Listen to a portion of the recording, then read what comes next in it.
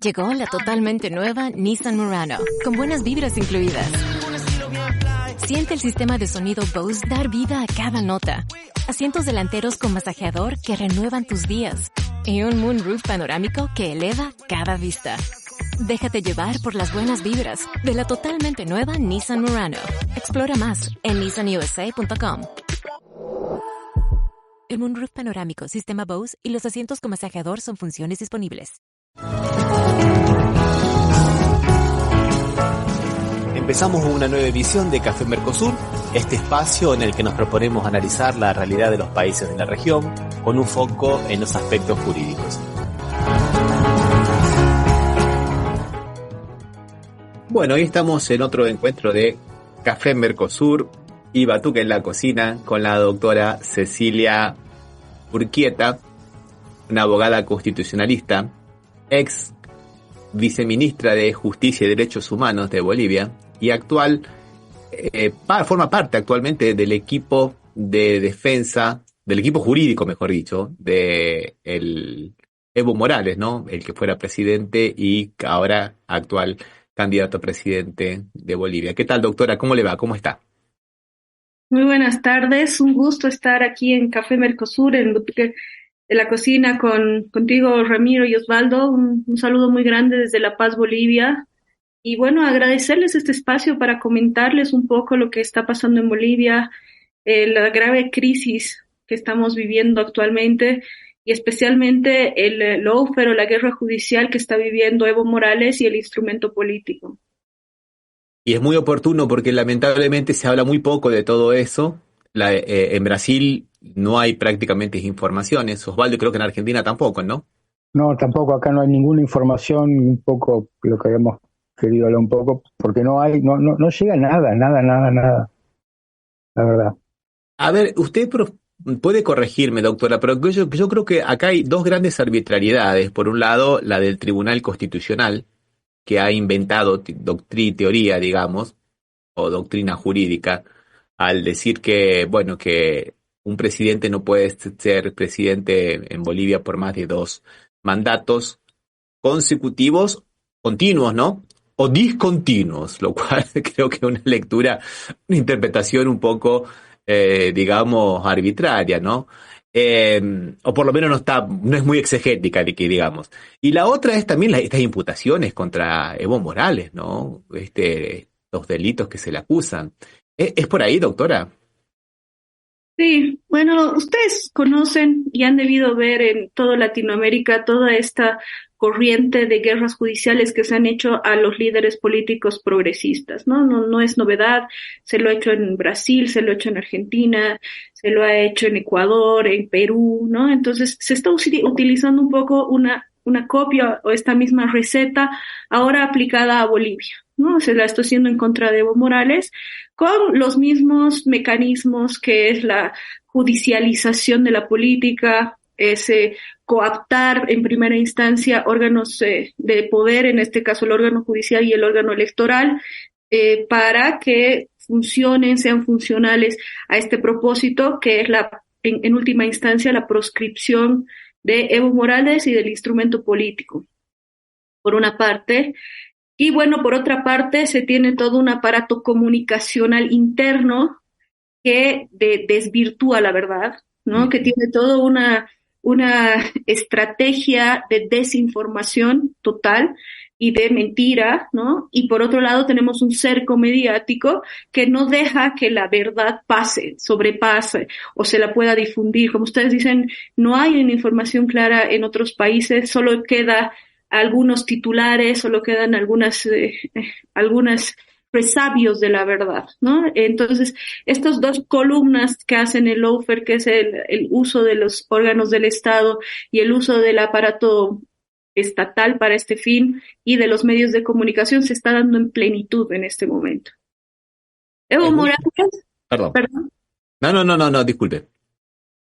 Y bueno, Evo Morales, después de haber superado un golpe de Estado el 2019, bueno, se vuelve al poder dándole la confianza a uno de sus ministros, a un ministro de Economía, por el tema económico, que parecía que podía hacerlo bien, pero llegó el momento Resultó que, bueno, este ministro de Economía tenía otros fines con el Estado, ¿no? Lamentablemente, ha sido denunciado muchas veces por temas de corrupción, etcétera. Entonces, hubo una fractura en el movimiento al socialismo, y el gobierno empieza a tener una posición contraria a el movimiento al socialismo, contraria a Evo Morales, empieza a dividir nuestras organizaciones sociales, empieza a tener, en este momento hay 5 ministros de Estado que están procesados por temas gravísimos de corrupción. Los hijos de Luis Arce están siendo en este momento, bueno, no están siendo procesados porque la justicia no llega a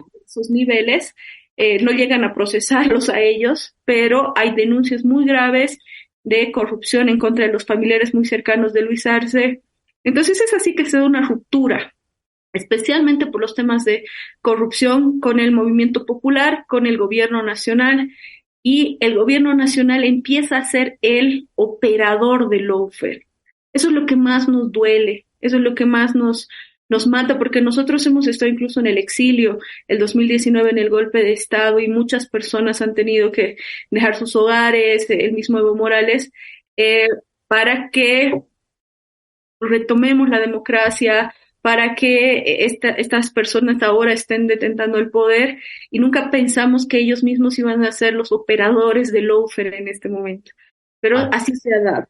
Hasta por una cuestión de memoria creo que fueron 46 muertos, ¿no?, que hubo en esa resistencia contra Yanine Áñez, ¿no? También me parece triste lo que está ocurriendo por parte del gobierno en este momento, y justamente eso mancha un poco la memoria de esa gente que falleció luchando justamente a favor de la democracia, ¿no, doctora? Totalmente, fueron 38 muertos, más de 1.500 personas detenidas ilegalmente, hubieron muchas personas que estuvieron en asilos, en exilio, o sea, fue un golpe de Estado violento. Si bien duró poco, duró un año, fue muy fuerte, muy violento, y bueno, y tuvo todo lo que un golpe de Estado puede traer, militares en las calles, etcétera, etcétera, ¿no?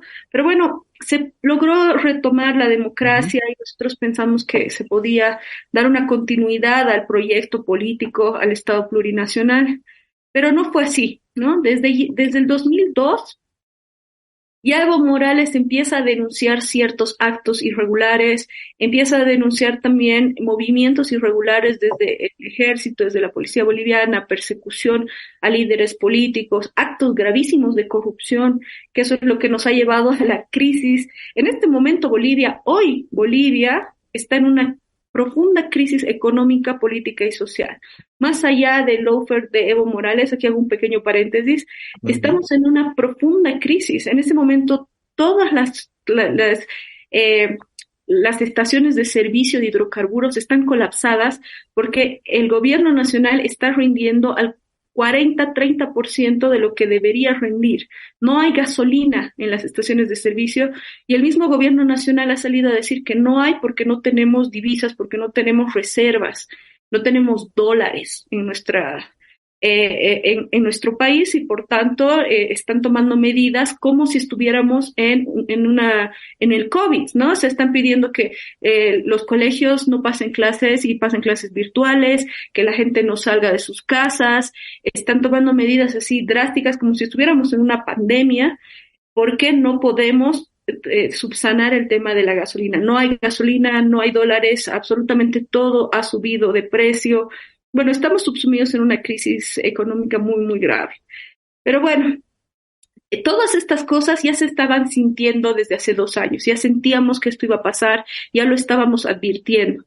Y a fines del año pasado, a fines del 2024, Evo Morales organiza una gran marcha, la Marcha para Salvar la Vida, donde todas las organizaciones sociales hacen un pliego petitorio para que el gobierno tome medidas serias para ante esta crisis, ante la posibilidad de que pase lo que está pasando ahora, y se demuestra una fuerza política inmensa a favor de Evo Morales. Evo Morales entra a la ciudad de La Paz en una marcha de casi una semana, con más de 2,5 millones de personas.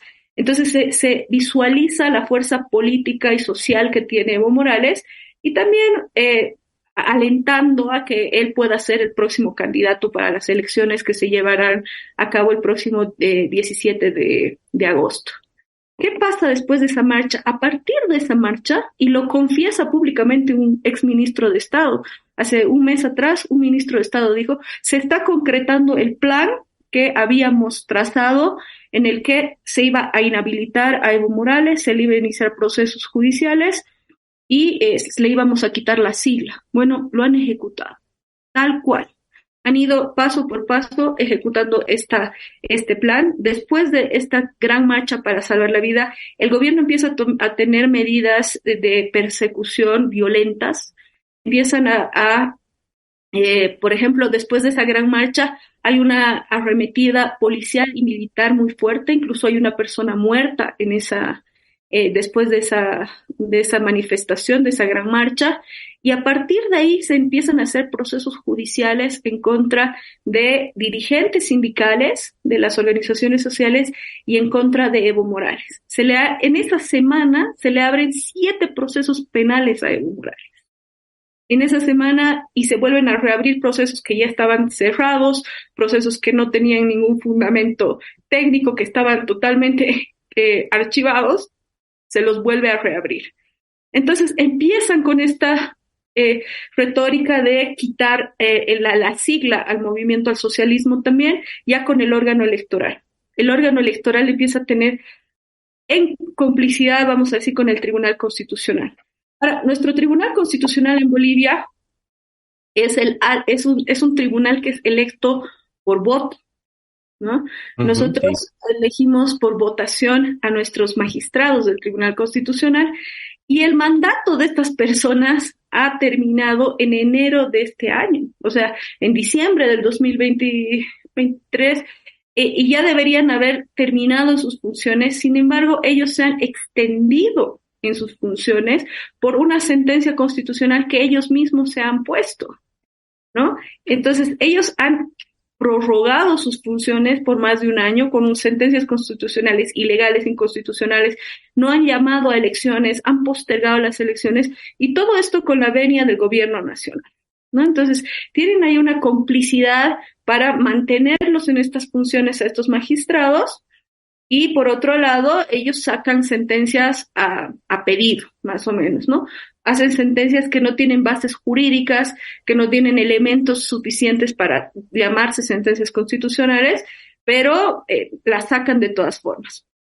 Son los elementos clásicos del lawfare, ¿no? Por un lado, la acumulación de causas. Por ejemplo, a Cristina Kirchner le habían hecho 13 causas, por ejemplo. Lo mismo han hecho con Jorge Glass en Ecuador. Lo mismo han hecho con Evo Morales, con Correa. Lo mismo han hecho con Lula. Lula tenía causas. Y todavía no se sabe cuántas causas tenía porque el juzgado de Mora las escondía. Pero por otro lado, otra de las características muy interesantes de lo que está diciendo, doctora, perdone que yo la interrumpa, es también esta cuestión de las competencias de los jueces cuando son jueces incompetentes, ¿no? O de las supercompetencias. En el caso, por ejemplo, de Brasil, el juez Moro era el competente de todas las causas de Lula porque supuestamente todo tenía conexividad con la Petrobras. En el caso de Argentina era por sorteo, pero era un sorteo en el cual, para que usted se haga una idea, doctora, de 13 causas, 11 le tocaron al juez Bonadío, a un solo juez que se llamaba Bonadío, que se sacaba foto con el juez Moro, por ejemplo. Entonces, se van dando todos los elementos del lawfare, también en todo lo que se dice en el caso de Bolivia, todos los elementos. La cobertura mediática, muy bien, que le da una especie como de legitimidad de alguna manera ante la opinión pública. La cuestión de los superjueces o de jueces que no deberían estar, pero sí están. Y también la falacia en cuanto a la lectura del derecho, ¿no? O sea, inventar derecho, lo que se dice, digamos, creacionismo jurídico, ¿no, doctora? Perdón, Osvaldo. No, que quería decir también, quería agregar que los jueces de la Corte Argentina, que tendrían que haberse jubilado bastante antes, muchos continuaron también. O sea, era todo el mismo panorama que se daba, que usted está contando, doctora, todo. Así es, por eso nosotros decimos, se está usando la misma receta adecuada a cada país, pero los pasos son los mismos, las acciones son las mismas.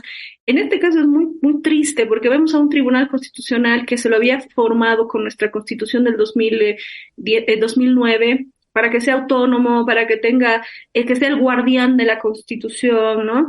Y bueno, con todas las garantías que se podrían tener, pero bueno, absolutamente todo esto ha sido vulnerado porque este tribunal constitucional y además siempre caía en la sala, lo mismo que decían, no se repite, cae en la sala donde están dos magistrados, que son dos magistrados, el magistrado Hurtado y el magistrado Espada, cuyos familiares trabajan en muchos lugares del gobierno, son las mismas personas que han perdonado 13 procesos penales con sentencia ejecutoriada a uno de los candidatos que ahora es aliado del gobierno, Manfred Reyes Villa, para que pueda participar en las próximas elecciones, levantándole 13 procesos penales por corrupción, ¿no? En su momento, dotando tierras a multimillonarios, o sea, son personas realmente nefastas para la justicia, pero justamente ellos siguen prorrogados en sus cargos.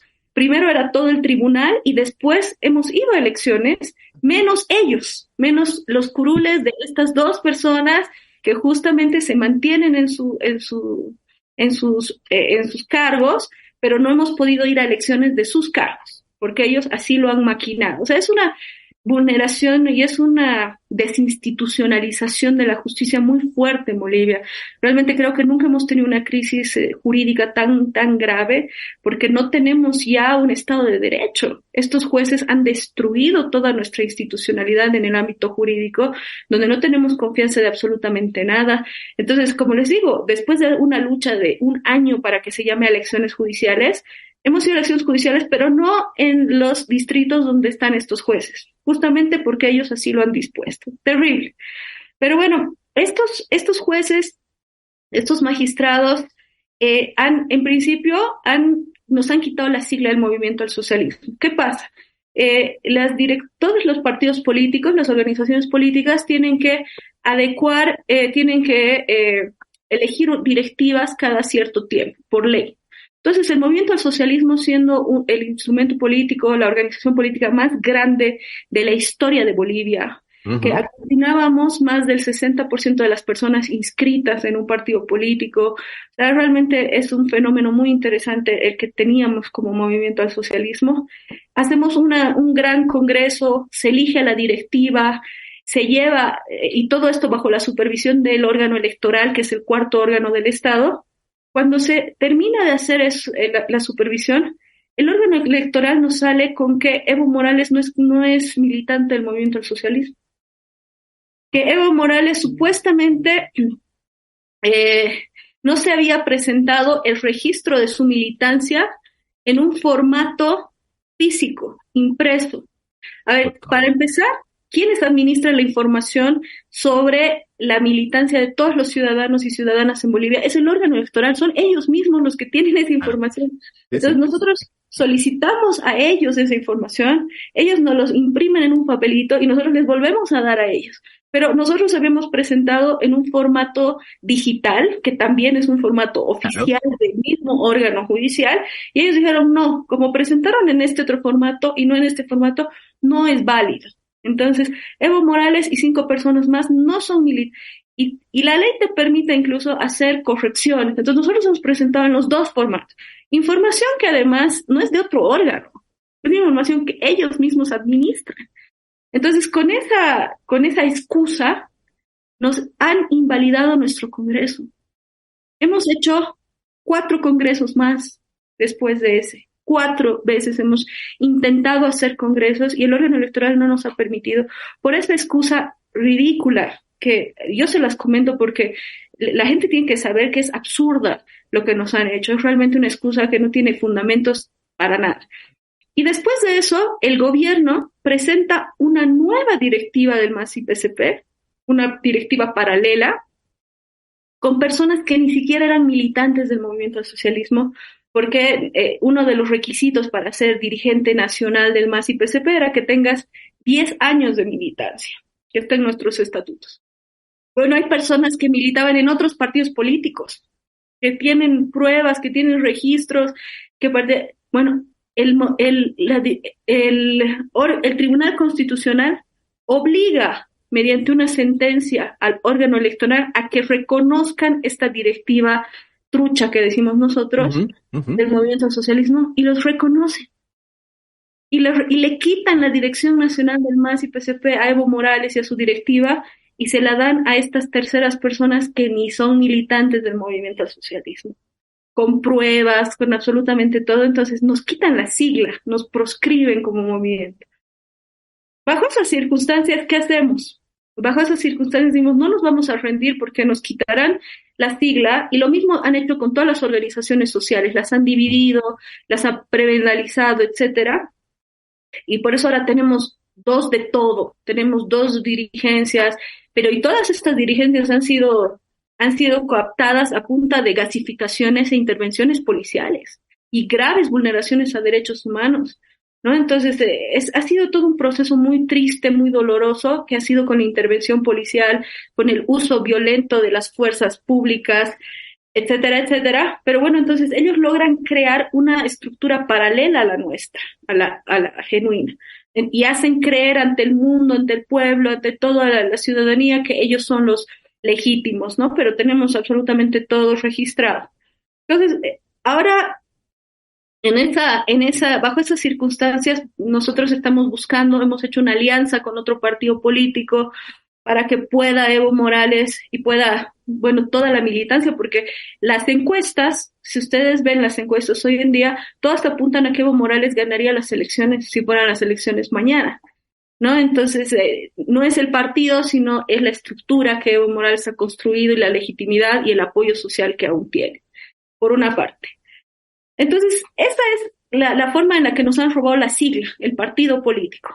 Y por otro lado, ya es el lawfare específico a Evo Morales. A Evo Morales lo tratan de eliminar políticamente con procesos judiciales, y primero con procesos judiciales en contra de él como persona, con procesos que ya han sido cerrados, y por otro lado con el tema de la inhabilitación, que es el tema de fondo. Y ahí entra esto que tú decías, Ramiro, sobre el tema del Tribunal Constitucional y estas sentencias. ¿Qué hace el Tribunal Constitucional?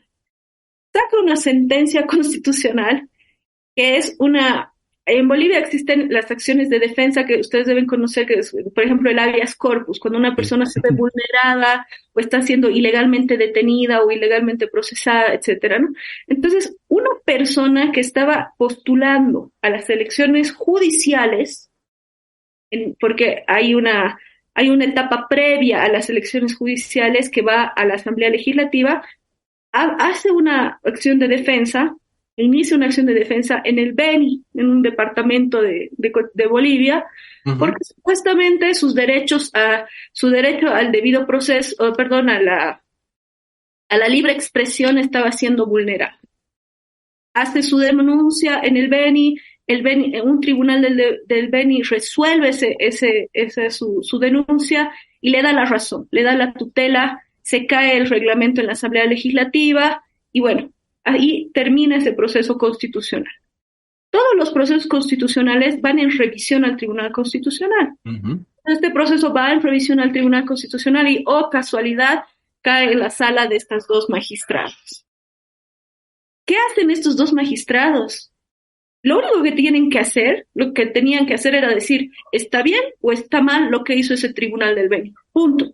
Ese era su trabajo. Revisar si hizo bien o hizo mal, y si hizo bien, ponerlo de esa forma.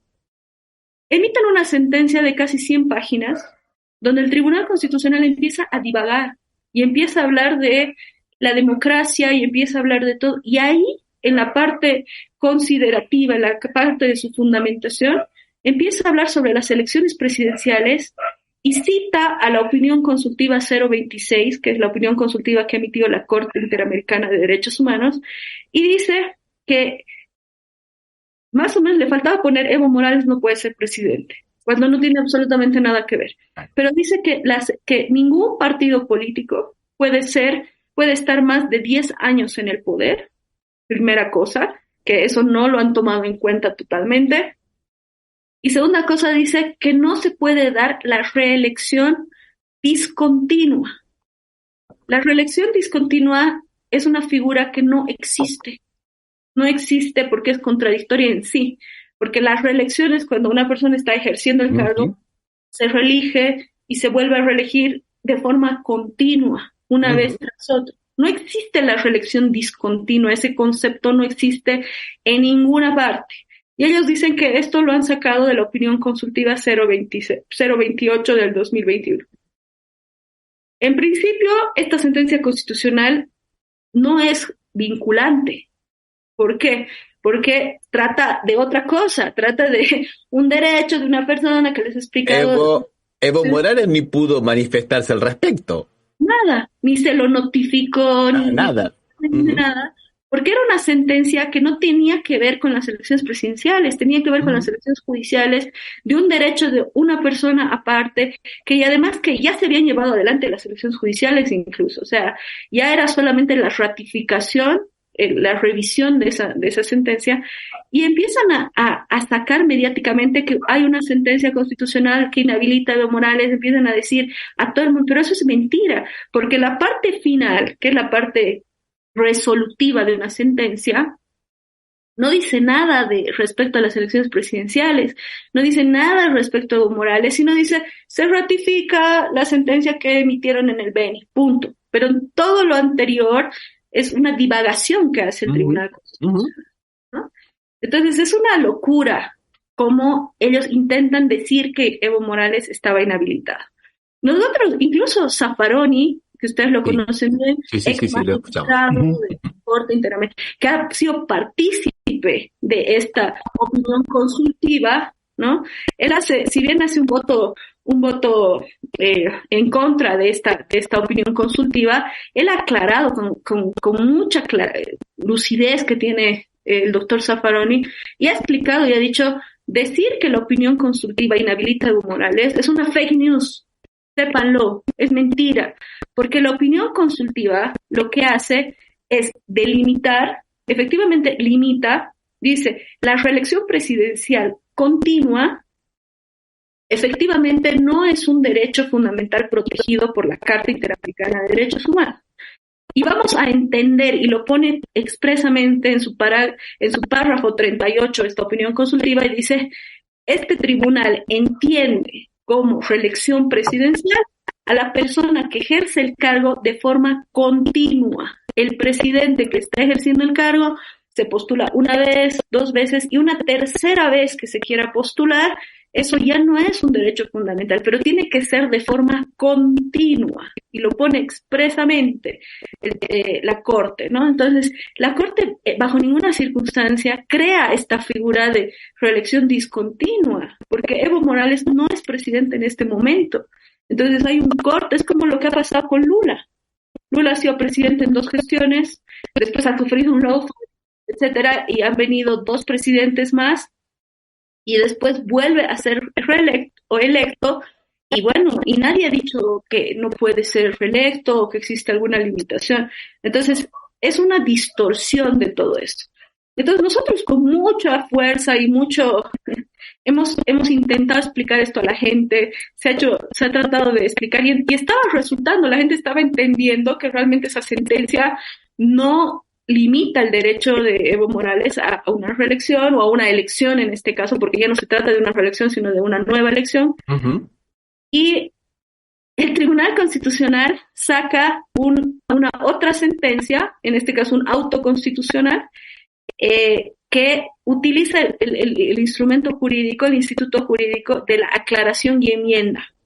En Bolivia existe esto que es la aclaración y enmienda, pero es un instituto jurídico que tiene el Tribunal Constitucional para hacerlo 24 horas, hasta 48 horas después de emitido el fallo. Y estos señores lo sacan 1 año y medio después. Claro. Se tomaron su tiempo para pensarlo, doctora. Claro.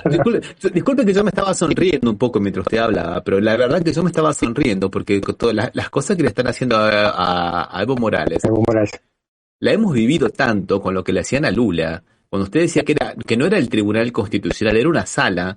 Es lo mismo que pasaba en Lula con la Cámara de Revisión, que no era el TRF4, el Tribunal Regional 4, era la Sala 8 del TRF4, que estaban esos 3 miembros que se turnaban, los 4, y cuando uno salía, renunciaba, aunque sea un cargo mayor, para quedarse ahí, para hacer este tipo de patrañas y chicanas jurídicas contra Lula, y veo que está haciendo exactamente lo mismo contra Evo Morales. Es calcado, es realmente muy, pero muy triste. Y como si fuera poco, también, una clásica también, es endilgarle un delito de carácter sexual.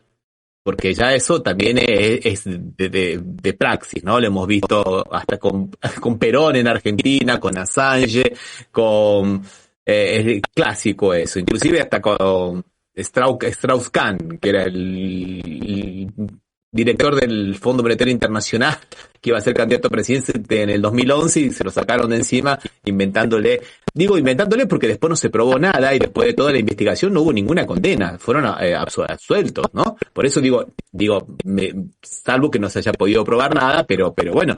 Y ahora también contra Evo Morales un caso de supuestamente un delito de carácter sexual, ¿no? Qué triste todo esto, porque además en el caso de Evo Morales hay una menor inclusive, ¿no?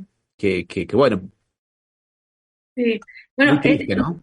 En este caso de la proscripción de la inhabilitación de Evo Morales queda en eso, ¿no? Sacan otra sentencia, pero es exactamente lo mismo porque es ilegal. Ese instituto no se puede utilizar un año después y además que nuestra ley electoral dice que solo la Constitución y la ley electoral pueden limitar la habilitación. Es por eso que nosotros continuamos en la contienda en este momento. Legalmente continuamos, vamos a seguir luchando, aunque yo les cuento que el día de hoy, ayer, han salido nuevamente a decir que este partido político que estamos usando, con el que hemos hecho una alianza, ahora no puede participar. Frente para la Victoria, ¿no? Frente para la Victoria. Nos salen con que justo ahora, nunca le habían cuestionado antes, no le habían cuestionado jamás, pero ahora que está en alianza con Evo Morales, nos salen y nos dicen que han hecho una acción porque no cumplían ciertos requisitos, lo cual es totalmente falso, ¿no? O sea, no nos sorprende, estamos en esas circunstancias queriendo, o sea, la inhabilitación ya específica de la sigla, de Evo Morales, etcétera.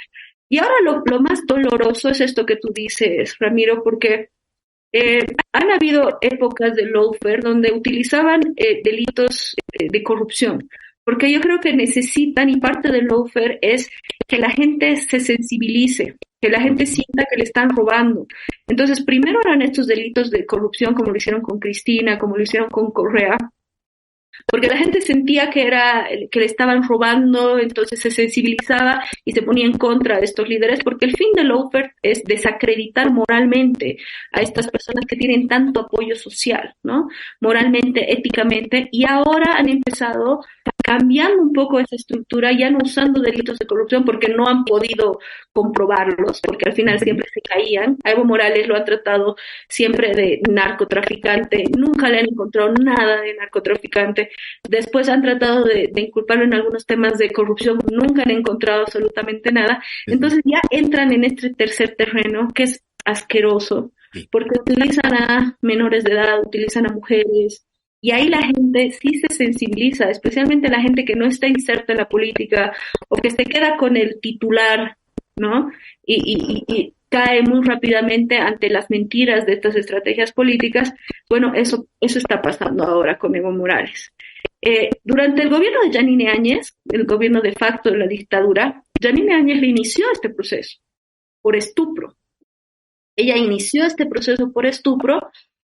¿Y qué pasó? Imagínense en un gobierno dictatorial, el proceso se cayó, el proceso se cerró porque no había ninguna prueba. Nunca pudieron encontrar a la víctima, nunca pudieron encontrar una sola prueba en contra de Evo Morales, entonces el proceso, el 2020 fue cerrado. ¿Qué pasa ahora? Existe un principio en derecho que es mundial que no puede ser procesado dos veces por la misma causa, ¿no? Entonces, se inventan, cambian la figura y primero dicen, está denunciado por estupro y trata y tráfico. Y cuando les decimos, señores, este caso ya ha sido cerrado, no hay prueba, entonces no estupro, trata y tráfico. Entonces, Evo Morales ahora está siendo procesado por trata y tráfico de personas, imagínense.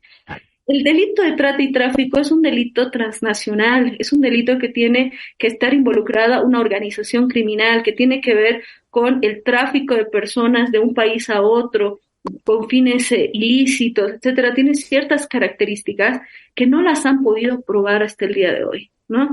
Es más, miren esto, la supuesta víctima, que hoy en día ya no es menor de edad, pero bueno, tiene una hija, etcétera, ha empezado a ser perseguida por el gobierno. Incluso han intentado secuestrarla, han intentado, y la misma persona, esta persona que supuestamente es la víctima, sale y ha presentado un memorial al fiscal general y ha dicho, no es Evo Morales la persona que me ha perseguido, que ha hecho trata, es el ministro de gobierno y es esta fiscal, porque en cierto momento fueron ellos los que me sacaron del país, a mí, a mis hijos y a mis hermanos, etcétera. Y ella cuenta otra realidad de los hechos, ¿no?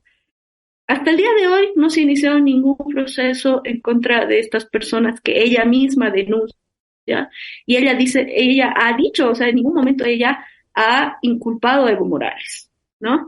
Pero el proceso ha continuado en contra de Evo Morales, incluso en este momento hay un mandamiento de aprehensión en contra de Evo Morales que está en vigor, ¿no? Es por eso que existe la posibilidad de que Evo Morales pueda ser detenido en cualquier momento, ¿no? Por esta causa. Y bueno, es muy grave, y todavía nosotros lo que tememos no es solamente la aprehensión en contra de Evo Morales para evitar su candidatura, sino que corre en riesgo su vida. Claro. Y aquí es muy importante que recuerden, que el mundo entero recuerde lo que ha pasado el 27 de octubre. 27 de octubre, Evo Morales todos los domingos se traslada de su casa, que es en Villa Tunari, a Laucaeña, que es el municipio que está cerca de su casa, que está a unos 20 minutos más o menos, para realizar su programa radial de todos los domingos. En ese trayecto, el 27 de octubre es interceptado por personas encapuchadas en 2 camionetas que empiezan a disparar en contra de él. Más de 20 disparos en contra de él. Está vivo de milagro. Toda una especulación de qué pasó, quiénes fueron los encapuchados, tal. Al día siguiente sale el ministro de gobierno y confiesa públicamente en conferencia de prensa que las personas encapuchadas eran policías y que fueron policías los que trataron de matar a Evo Morales porque supuestamente estaban haciendo un operativo de narcotráfico y que Evo Morales no quiso parar, entonces por eso empezaron a disparar a quemarropa en contra de Evo. Esa parte acá nosotros la tenemos presentes porque mostramos inclusive el video, porque fue todo grabado eso. Esa supuestamente, él no paró, alguna cosa por el estilo, no paró, estaban disparando, pues no paró. Sí, fue una cosa muy, pero muy triste, ¿no? Y también recordemos que no es la primera vez que atentan contra la vida de Evo Morales, ¿no? Cuando fue el golpe allá en el 19, que él también, pobre, tuvo que dormir en el patio escondido y que aún desde las fuerzas militares le dispararon al avión de la Fuerza Aérea Mexicana que lo estaba llevando a México en el exilio político. O sea, le dispararon a un avión del ejército, bueno, de la aviación en este caso, ¿no? De otro país. O sea que hay un ensañamiento con Evo Morales que viene desde hace mucho tiempo y bueno, no es que querramos decir aquí, digamos, bueno, sí, mal de mucho, consuelo de sonsos. No es eso, es todo lo contrario, es poner las cosas en perspectiva. También atentaron contra la vida de Cristina Kirchner y también atentaron contra la vida de Lula en una caravana cuando le dispararon al ómnibus en el cual él viajaba. Por lo cual hasta ahora en ninguno de los dos casos hay ninguna condena y las investigaciones fueron muy malas, porque el lawfare sirve para 2 cosas, ¿no? Porque por un lado sirve para atacar a los gobiernos populares, pero también para dar impunidad a los que atacan a los gobiernos populares, ¿no? A los corruptos que están en contra de esos proyectos, doctora. Disculpe que me haya extendido un poquito en esto, pero qué triste ver de nuevo. Cuando hablamos de lawfare, no es una cosa tan así, tan baladita, nada así, una cosa así. Lawfare, siempre gritan lawfare. No, es algo profundamente malo para todas las instituciones de América Latina, ¿no, doctora?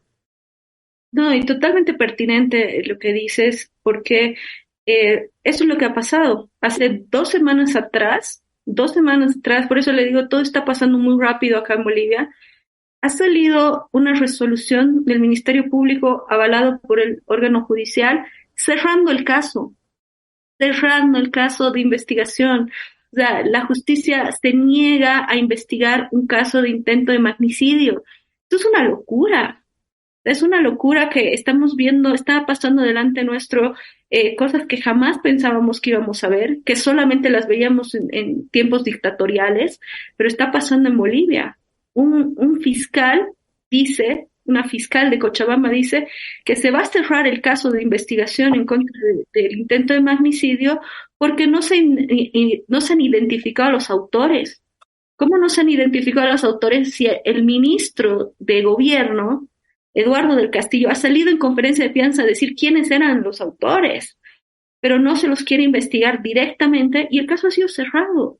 No, y aparte, justamente, si no se investigan, si no se identificaron, hay que investigar más, no cerrar justamente lo contrario, ¿no? Se supone que la justicia tiene que actuar para que se puedan identificar los autores, no decir, bueno, no se identificaron, cerramos. No, estamos en el mundo al revés, en serio, ¿no, Osvaldo? Sí, no, lo que quería preguntarle, porque la escuchaba muy atentamente de lo que usted está planteando, cómo se está desarrollando el proceso del lawfare en Bolivia, y le daba tantas comparaciones con el proceso en la Argentina, con un poco rescató Ramiro, lo que pasó con Brasil y en todos los lugares. Si ustedes piensan que hay, o suponen, o tienen alguna información, que hay contactos en el exterior para que estos procesos se desarrollen de esta manera. Acá sabemos que en la Argentina muchos se van a formar a lugares en Estados Unidos y todo eso, son de fundaciones o contactos con fundaciones de allá, y todos tienen el mismo mecanismo. ¿Ustedes suponen que también hay esa interactuación con otros organismos de otros países? Por supuesto. Nosotros vemos que esto está digitado desde el imperio, ¿no? Siempre estuvo, ahora con mucho más fuerza. En el gobierno de Evo Morales, nosotros expulsamos a la DEA, expulsamos al gobierno de Estados Unidos, la embajada de Estados Unidos en su momento, y a todos sus proyectos de cooperación, como era USAID, ¿no? Uh-huh. Hoy en día han vuelto a nuestro país. Hoy en día el gobierno invita a las personas de la embajada de Estados Unidos a sus actos públicos, promueve y muestra públicamente la cooperación internacional que está recibiendo de Estados Unidos, ¿no? Entonces ya existe esa coordinación. Tenemos también información de reuniones secretas que han tenido entre fuerzas públicas, ¿no? Cómo se está maquinando para que la fuerza pública, tanto militar como policial, ingresen en el trópico de Cochabamba, que es donde está Evo Morales, para implicarlo en temas de narcotráfico. Hubo una época muy fuerte en la que estaban haciendo supuestos operativos para implicar a Evo Morales en temas de narcotráfico y a su entorno. Porque este lawfare, y esto es importante decirlo, no solamente está atacando a Evo Morales, obviamente Evo Morales es la víctima, es el foco del lawfare, pero ahora ha entrado a todo su entorno, ¿no? Claro. Más cercano a los y especialmente a los dirigentes más fuertes. Y en este momento tenemos a dos dirigentes, a Humberto Claros y a Ramiro Cucho, que son cabezas de dos organizaciones sociales de la CSUTCB y de la CIDOC, que están presos. Porque en un acto de protesta, las organizaciones sociales hicieron un paro de caminos. Aquí en Bolivia es muy normal hacer paros de caminos porque es nuestra forma de manifestarnos y siempre ha sido así. Gracias a estos paros de caminos, Luis Arce está ahora en la presidencia. Porque gracias a este tipo de acciones que hemos hecho con Yanine Áñez, hemos logrado que la democracia vuelva a Bolivia, pero el gobierno ha hecho una intervención violenta con policías y militares hace 5 meses atrás, a este bloqueo de caminos, y tenemos en este momento a 120 presos políticos procesados por terrorismo. Por terrorismo. Esa es la otra cuestión del lawfare, ¿no? Inventar, y a partir de algunas conductas que eran normales, como inventar que sean delitos graves y delitos federales, como el caso de terrorismo, lo que vamos a charlar en la segunda parte ahora con lo que ha ocurrido en las manifestaciones de los jubilados en Argentina. Doctora, yo después puedo ver si lo puedo mandar, hay un libro muy interesante que se llama Geopolítica de la Intervención, que tiene que ver con el caso Lula del doctor Fernando Augusto Fernández, que fue también parte de, en un primer momento, del equipo jurídico de Lula, y muestra muy bien cómo se preparaba a través de lo que era el proyecto Pontes, a los operadores judiciales de Brasil, pero también de América Latina, muchos de ellos de Uruguay, de México y de Argentina, en Río de Janeiro en el 2009, en cursos que daba el Departamento de Justicia de los Estados Unidos. ¿Y cuáles eran las primeras, las cosas que ellos más enseñaban en ese momento? ¿Cómo tratar el tema del lavado de dinero? Cualquier cosa es lavado de dinero ahora, ¿no?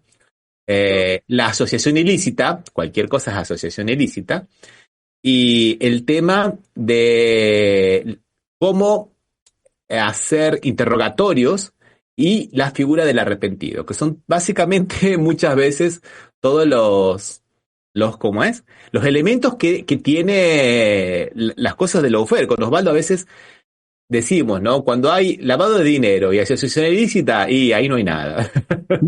Seguro que inventó. Seguro que hay un invento, ¿no?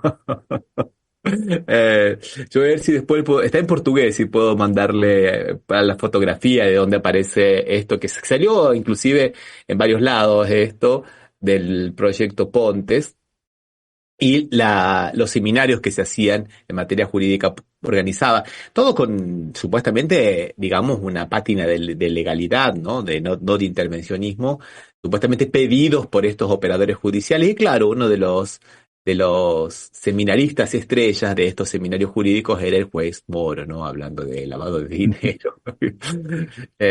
Sí, todos cortados con la misma tijera, ¿no, doctora?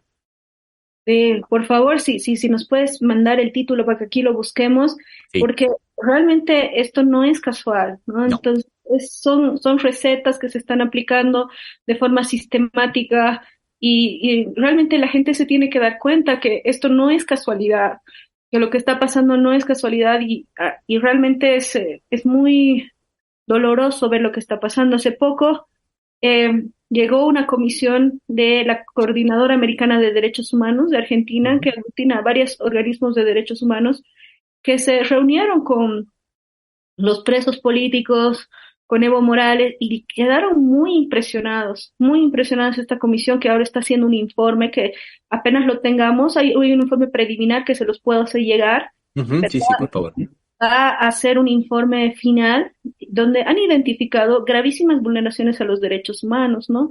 A estas personas, porque el hecho de que estas personas estén siendo procesadas por terrorismo les da el derecho, como tú bien dices, usan estos delitos que son transnacionales para poder hacer abuso y uso del poder, ¿no? Por ejemplo, estas personas han sido detenidas en este bloqueo de caminos en Cochabamba, pero han sido trasladadas a La Paz. Entonces ellos están ahora detenidos en La Paz. Han sido expuestos como criminales, que eso está prohibido porque va contra el principio de presunción de inocencia, y han sido expuestos ante los medios de comunicación como criminales. Tienen un tratamiento diferenciado de las otras personas procesadas, y estas personas puede ser cualquier cosa, terrorismo. Son personas que tenían un mensaje en su celular o estaban en un grupo de WhatsApp que decía algo respecto a los bloqueos, presos. Existe una señora con su hija que fueron a preguntar por qué estaba detenida su hija y las han detenido como si fueran cómplices, una madre con su hija. Entonces existen casos emblemáticos muy graves.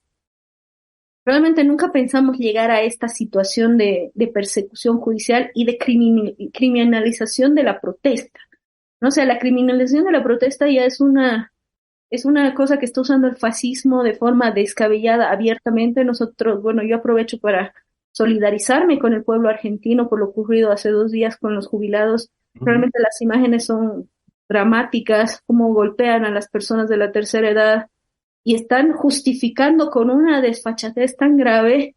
Yo digo, hace 10 años atrás, cuando hablábamos de los derechos progresistas, era impensable que una cosa así pase y que una ministra de Estado salga y diga abiertamente, no, el policía estaba haciendo su trabajo. Y tenemos a un joven que está luchando por su vida en este momento, que realmente está sacando unas fotos, ¿no? Y que la gente piensa que eso es normal, que está bien, que no pasa nada. sí pasa. Realmente estamos viviendo momentos muy, muy difíciles en Latinoamérica. Estamos viendo cómo estas ideas fascistas, estas ideas de tentación del poder a pesar de todo y bajo cualquier circunstancia y eliminando a ciertos sectores sociales del país, pueden existir y puedan convivir con una democracia, ¿no? Y eso es muy grave, Por ¿no? eso es tan importante la lucha jurídica que están dando ustedes en Bolivia, también la lucha política, claro, pero quiero destacar ese lado jurídico que ustedes están como cuerpo jurídico de Evo Morales llevando adelante, porque no es solamente por Evo Morales, no es solamente por Bolivia, es por toda América Latina. Osvaldo, ¿alguna pregunta que se la hemos tenido por ahí? No, solamente agradecerle la información que nos está dando, porque realmente acá solamente la única noticia que se ha conocido, y son todas antiguas, fue la tentativa de asesinato de Evo Morales, que sí tuvo cierta difusión, y el problema con el combustible en la actualidad, pero después no llegó nada. La verdad que la información que dio es riquísima y es importantísima porque no hace más que confirmar que la matriz de todos los problemas tienen el mismo origen y tienen el mismo mecanismo. Sí. Doctora, últimas palabras. Bueno, agradecerles por este espacio. En este momento para nosotros es fundamental que se entere la gente de lo que está pasando en Bolivia, porque estamos en un momento muy crítico, muy, muy crítico. Creo que ni siquiera en los años del peor neoliberalismo hemos vivido lo que estamos viviendo hoy en Bolivia. Los ataques sistemáticos a nuestra militancia, a Evo Morales, son realmente alarmantes. Y bueno, entonces agradecerles porque tenemos un cerco mediático muy fuerte.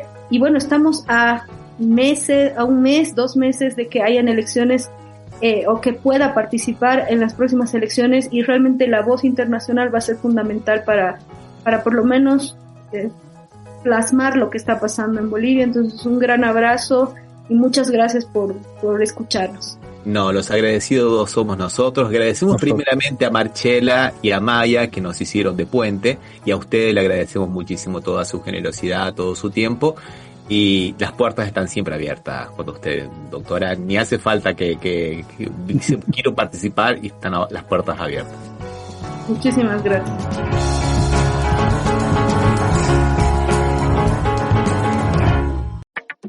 Llegó la totalmente nueva Nissan Murano, con buenas vibras incluidas.